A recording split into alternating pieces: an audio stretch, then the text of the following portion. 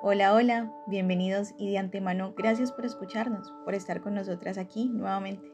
El día de hoy les tenemos preparado un episodio bastante diferente. Hoy no hablaremos solo sobre técnicas de lectura ni manuales de escritura. El día de hoy queremos compartir con ustedes un pedacito de nuestras vidas, porque aunque ya aprendimos a leer hace algunos años, solo ahora somos capaces de entender todo lo que ese proceso nos dijo y nos negó, sin que nadie lo nombrara. Leer y escribir no fueron solo logros escolares, fueron heridas, fueron resistencias, fueron descubrimientos y sobre todo fueron vivencias atravesadas por lo social, por lo político y por lo afectivo. Porque como dice Delia Lerner, la lectura no se aprende si no tiene sentido para quien la aprende. Yo soy Natalie y estoy acompañada por dos voces maravillosas. Camila, que aprendió a leer entre el miedo y la exigencia, y Angeli, que escribió planas sin saber que un día sus palabras también iban a sanar. Y qué duro es crecer, sin que nadie te pregunte si lo que estás aprendiendo tiene sentido. Tenía 4 años cuando vi por primera vez el abecedario y me pareció una trampa. Las letras no me abrían el mundo, me lo cerraban. Mi profesora era rígida e inflexible, de las que creen que un niño se forma con autoridad y no con escucha. Aún recuerdo cuando me decía: "Usted parece un cangrejo, siempre para atrás". Y así me sentía, empujada, no guiada. Yo no recuerdo gritos, pero sí recuerdo el silencio, el de escribir planas sin entender, el de repetir hasta en la letra edara linda y pareja, el de leer la misma ardilla Nacho sin que nadie me preguntara he pensado, he sentía. Como vimos en clase, muchas de nosotras fuimos formadas en el modelo mecanicista, que priorizaba la forma sobre el sentido. Ese modelo no nos enseñó a leer el mundo, solo nos enseñó a obedecerlo. A mí me cambiaban constantemente de colegio. Mi primaria fue un caos. No había continuidad, no tenía acompañamiento. Mi mamá no podía estar, pero tenía un tío que con toda su seriedad me enseñó sílabas y sonidos. Sin cuentos, sin pausa, sin ternura. Aprendí a leer, claro, pero no a comprender lo que leía. Y lo entendimos mucho después, ¿verdad? Cuando en clase con Ingrid empezamos a hablar de la perspectiva sociohistórica del lenguaje. Ahí vimos que leer y escribir no son solo habilidades cognitivas, sino procesos profundamente atravesados por nuestro contexto, por la casa donde vivimos, la escuela que nos tocó, la profesora que nos gritó o que nos escuchó. El lenguaje también se enseña con el cuerpo, con el clima emocional, con la historia de cada quien.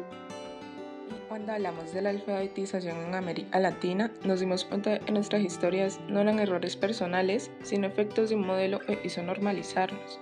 Un modelo que creyó que una artilla podía reemplazar un cuento, o que la repetición era más importante que la reflexión. Pero también vimos que otras formas eran posibles. Sí, yo conocí una de esas otras formas cuando entré a un taller en la Universidad ICESI. Una de mis primas me llevó y recuerdo que entre cuentos compartidos y juegos con palabras escribí mi primer relato. Lo enviamos a un concurso infantil que estaba desarrollando la universidad y quedé tercera. Debo admitir que no fue el puesto lo que me emocionó, sino que uno de los jurados me dijera que lo que yo había escrito valía la pena. A mí me pasó con Rosaura, una profesora que no necesitaba levantar la voz para hacerse respetar.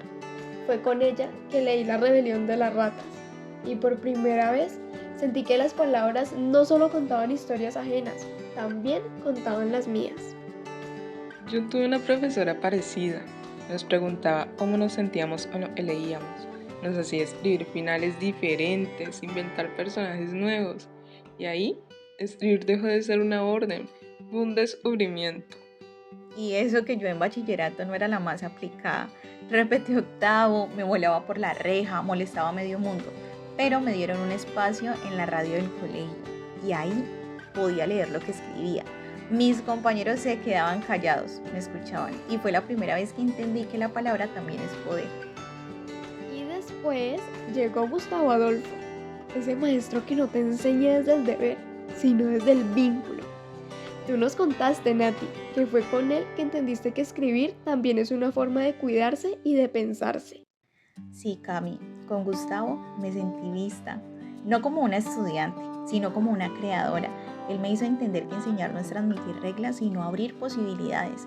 Y ahí fue cuando decidí que yo no quería repetir lo que me dolió, quería hacer otra cosa para mis futuros estudiantes. Hoy sabemos, escribir no es al ar. es decirlo en no nos dejaron decir, es construir una voz donde antes hubo silencio. Y leer no es solo comprender un texto, es entender que también tenemos derecho a nombrar nuestra historia. Lo que hoy entendemos gracias a este curso y a nosotras mismas es que la lectura y la escritura pueden ser heridas, pero también cicatriz, y sobre todo pueden ser puente entre lo que fuimos y lo que queremos ser. Agradecemos inmensamente que hayas decidido quedarte hasta el final. Si alguna parte de esta historia se parecía a la tuya, o si alguna de nuestras palabras te hizo eco, quizás también estés en ese camino de salvarte con lo que escribes. Esto fue Palabras que nos salvaron. Y nos siguen salvando, una sílaba a la vez.